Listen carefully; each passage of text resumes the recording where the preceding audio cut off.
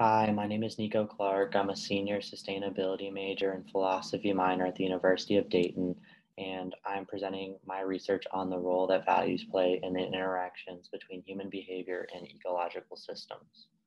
The literature surrounding the impacts that ecological systems and social systems have on one another is abundant and generally maintains that the management of these systems be done with careful attention to the functioning of both. Mismanagement of ecological systems has wide-ranging impacts that make survival difficult for many species, including our own. By this same line of thinking, mismanagement of social systems disproportionately impacts socially vulnerable groups and can exacerbate existing inequalities and injustice.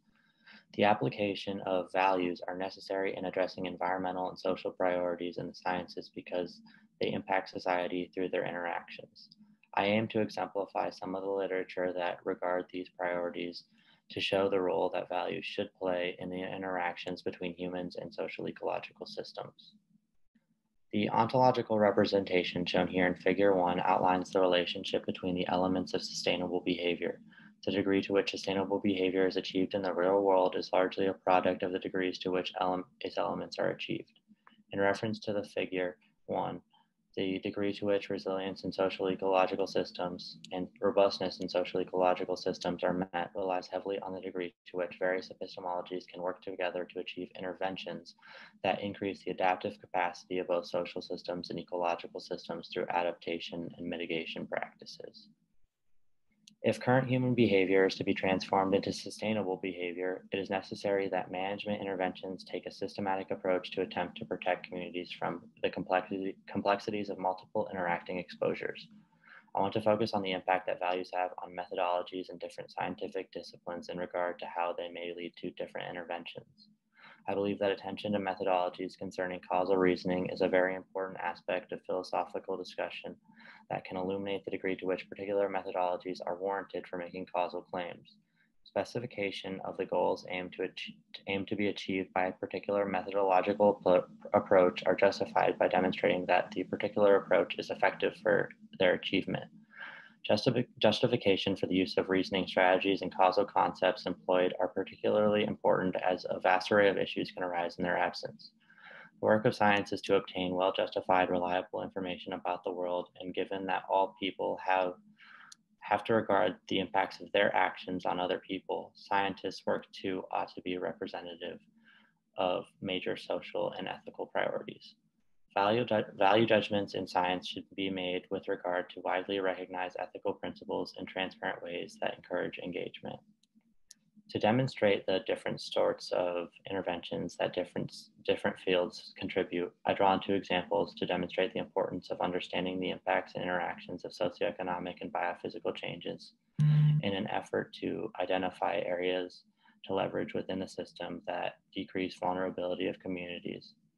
Mixed methods approaches and triangulation of data from perceptual studies, biophysical studies, historical methods, and policy studies will create a more cohesive picture of how different trends, shocks, and adaptations are interacting. The first example is from a study titled A Grassroots Analysis of the Causes and Impacts of Typhoon Marini.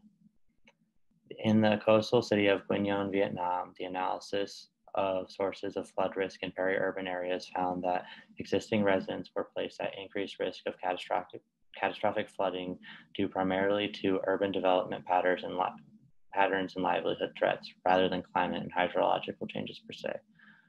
This pattern of multiple exposure and unintended consequences creates dynamic and unanticipated risks for those community members who have limited choices. The interventions made in this example illuminate the realities which were actuated by inattention to values of particularly vulnerable social groups. The study mentions that Guignon residents are aware that the reality that urban development patterns were the factor that clearly exacerbated the effects of the natural disaster on the community.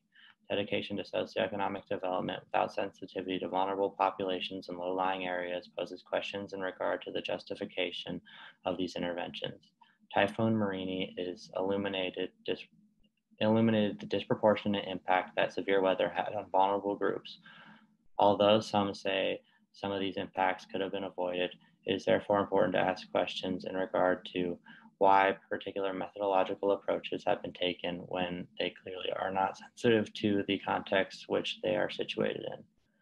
The second example is from a study titled Vulnerability of Coastal Livelihoods to Shrimp Farming, Insights from Mozambique.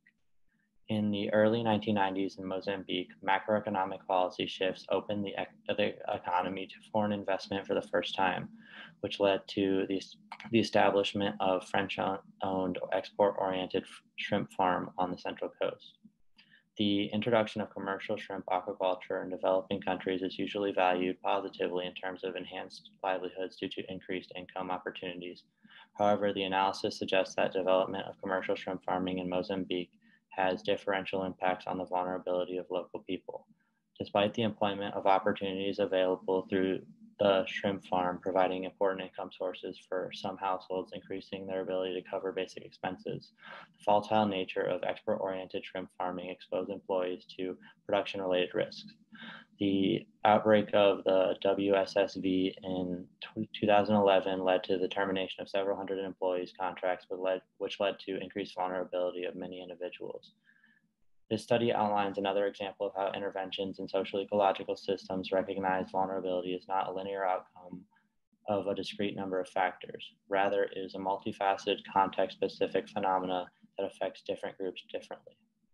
So, these examples show how the increased likelihood of extreme climate events will contribute both to uncertainty and magnitude of adverse outcomes in both ecological and social systems. With regard to Figure 1, interventions for sustainable behavior made by an individual discipline must align with all the values that actuate sustainable behavior.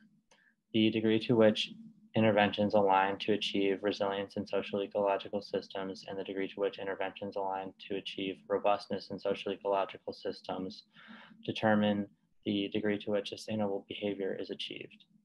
The role of values play in the interactions between human behavior and ecological systems determines the outcomes of those interactions. The degree to which sustainable behavior is the value that guides interventions made by different disciplines determines the degree to which sustainable behavior is achieved. As examples 1 and 2 illuminate, whether intentional or unintentional, interventions that do not align with the values of sustainable behavior limit the degree to which sustainable behavior can be achieved.